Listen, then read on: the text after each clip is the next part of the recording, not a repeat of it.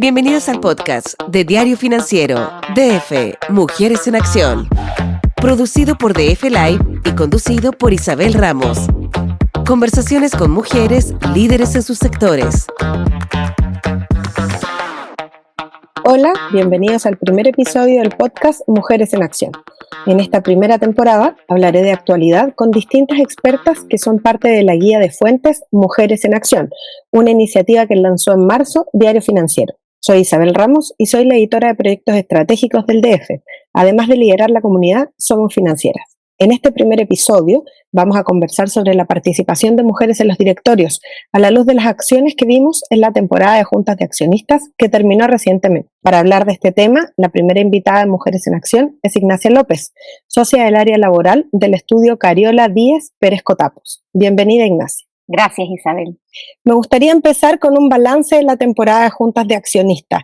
¿Cómo quedaron conformados los directorios? ¿Hubo un aumento en la participación de mujeres este año? Sí, Isabel, vimos un aumento en la participación de mujeres en directorio de las empresas del IPSA, llegó al 21%, ¿ya? Este es un aumento de un par de puntos porcentuales respecto de los años anteriores. El aumento había sido aún más destacado. Los últimos 10 años ha duplicado prácticamente la participación de las mujeres en los directorios, pero ciertamente vemos que continúa el avance en esa línea. Este aumento en términos porcentuales, ¿cómo nos deja en comparación con otros países, en comparación con otros mercados? Bueno, la verdad es que son buenas noticias, porque este aumento de la participación de mujeres en los directorios de empresas large y mid-cap del IPSA alcanza un 21%. ¿Ya? Y comparado con el índice MSCI de participación de mujeres en los directorios de empresas large y mid-cap en mercados emergentes, alcanza un 15,9%. ¿Ya? Entonces estamos alrededor de 5 o 6 puntos arriba del promedio de participación de mujeres en directorios en países similares al nuestro. Entonces, así comparado con peras, uno puede decir que la tendencia es positiva y la participación de las mujeres es un tema que se está instalando y que está comenzando a ser efectivo y relevante en nuestro país. Claro, que son los países emergentes. Y en relación con los que nosotros nos gusta mirar o nos gusta compararnos, como la OCDE de los países más avanzados. Sí, respecto de ese segmento de países y mercados, la comparación es distinta, estamos más abajo. Hay países como Francia en que la participación de las mujeres en directorio supera el 40%, ¿ya? Que tienen ley de cuotas. Pero en ese caso también cabe destacar que la participación laboral de la mujer también es sustancialmente mayor y hace décadas atrás, lo que hace presumir que existe una profundidad en el mercado laboral de mujeres capacitadas y formadas para tomar este tipo de roles que facilita sin duda alcanzar esos niveles de participación.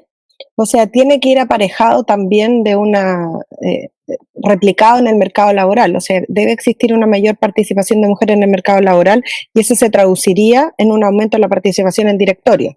Claro, lo que pasa es que, por ejemplo, en Noruega, cuando se estableció una ley de cuotas, hay un estudio que evidencia que el establecimiento de la cuota no repercutió en aumentar la participación laboral de las mujeres en el trabajo formal, ¿ya? Tampoco hubo evidencia de haber aumentado la participación de mujeres en roles directivos, ¿ya? Ya.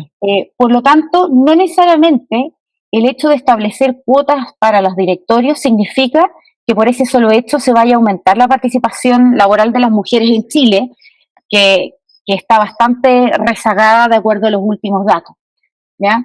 Entonces, cabe preguntarse aquí, finalmente, ¿cuál es el trasfondo de esta política pública? Lo que queremos es aumentar la participación de las mujeres en el mercado laboral, porque si es eso, vemos que, de cierta forma, podemos estar partiendo por la guinda de la torta antes de tener la torta misma, ¿ya? Y en ese sentido, lo que realmente provoca un cambio social en la base y genera oportunidades de inserción social, de acceso a beneficios previsionales. Ciertamente es un aumento en la participación en el mercado formal del empleo para las mujeres. Y ciertamente también hay estudios que corroboran que a mayor participación laboral, mayor es la participación en los cargos directivos, por lo que decía antes relacionado a la profundidad del mercado. Claro, y más encima hay que sumarle que en pandemia la participación laboral de las mujeres fue la que más bajó y todavía no se recupera a los niveles prepandemia. Absolutamente. De hecho, hace poquito salieron los datos del primer trimestre de este año y lamentablemente la informalidad laboral de las mujeres aumentó, ¿ya? Lo que evidencia que tenemos un problema en la base que, a mi entender, es más prioritario resolver antes de llegar a la cúspide de la organización. Sobre todo si es que vemos que naturalmente, en forma espontánea, se está generando ese movimiento igual. Perfecto. Algunas de las críticas que se hicieron una vez terminada la temporada de juntas de accionistas fue que si bien hay mayor participación de mujeres en los directorios, muchas veces son las mismas mujeres en varias empresas. De hecho, nos pasó un día que estábamos buscando fotos para las mujeres que ingresaban en directorio y en una página con 3 juntas de accionistas teníamos la misma foto, porque era exactamente la misma mujer. ¿Cómo ves eso? ¿Por qué crees también que se produce? Bueno, sin duda se produce por la baja profundidad del mercado y porque aún existe una falta de, podríamos decir, de confianza, no de quienes designan en los cargos, quizá también de las mujeres mismas, de postular y como dicen por ahí, este síndrome del impostor, de atreverse a postular a cargos directivos de esa envergadura. Entonces, sin duda, eso refleja la etapa de transición que estamos viviendo en el sentido de un mercado profesional aún poco profundo y que aún seguimos con este síndrome de la impostora por un lado y por otro sigue siendo aún una innovación el incorporar nuevos nombres y eso ciertamente que hace que a veces las empresas avancen con más cautela en la incorporación de nuevas personas y prefieren repetir nombres. Eso también puede ser una causa. Y puede ser también que en el caso de las mujeres se esté replicando lo que pasa con los hombres, que en el fondo eligen a personas que son de entornos sociales más o menos similares, de universidades más o menos similares, gente que conocen, con la que han trabajado antes. Puede ser que también eso se esté replicando en las mujeres, que estén optando por personas o recomendándose entre ellas en el fondo quienes se conocen. Yo diría que he visto una apertura, fíjate. Una apertura a incorporar historias profesionales diversas y por la mayor conciencia que existe del aporte y la contribución que son al momento de analizar escenarios complejos para las organizaciones y poder adoptar decisiones teniendo una mirada integral de la sociedad y desde distintas perspectivas. Creo que, por el contrario, creo que desde ese punto de vista hay una apertura a, como decía, a historias profesionales diversas, y con ello me refiero a distintas universidades, incluso a carreras no tradicionales, pero sin duda, como lo he mencionado antes, es una tendencia y es un movimiento que uno percibe, pero que sin duda está en desarrollo. Claro, a propósito de eso te iba a preguntar por qué aporte en el fondo significa tener diversidad de género dentro de un directorio, por ejemplo, al momento de tomar decisiones. Pero tú también planteaste un buen tema, que es la diversidad de carreras, y es algo que hemos visto con la incorporación de mujeres, que se incorporan de repente periodistas, psicólogas, sociólogas, que dan una mirada distinta al momento de tomar decisiones. ¿Cómo lo ves eso? La diversidad de género y la diversidad de profesiones. A ver, lo veo como una necesidad de las organizaciones de implementar un equipo directivo que tenga una mirada 360 de la sociedad,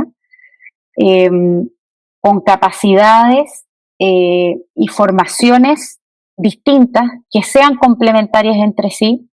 No me cabe ninguna duda que a un equipo de ingenieros le suma tener dentro de sus filas a un sociólogo, a un educador, a un filósofo, a un abogado, o una abogada, sin duda es una mirada que enriquece la toma de decisiones y que permite también tomar decisiones sobre la base de una mirada sistémica, ¿ya?